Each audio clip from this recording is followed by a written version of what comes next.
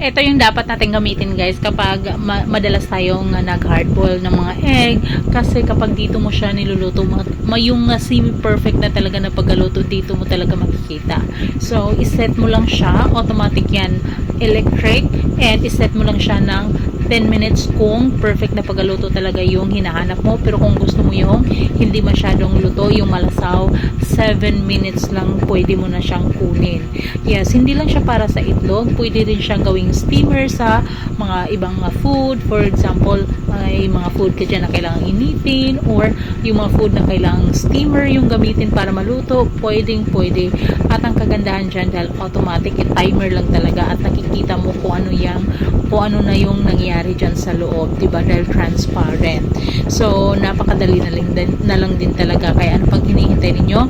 Click nyo na yung yellow basket para maka-order kayo. Mabilis lang din ang delivery. At maganda talaga to gamitin, lalo na kung may tindahan tayo.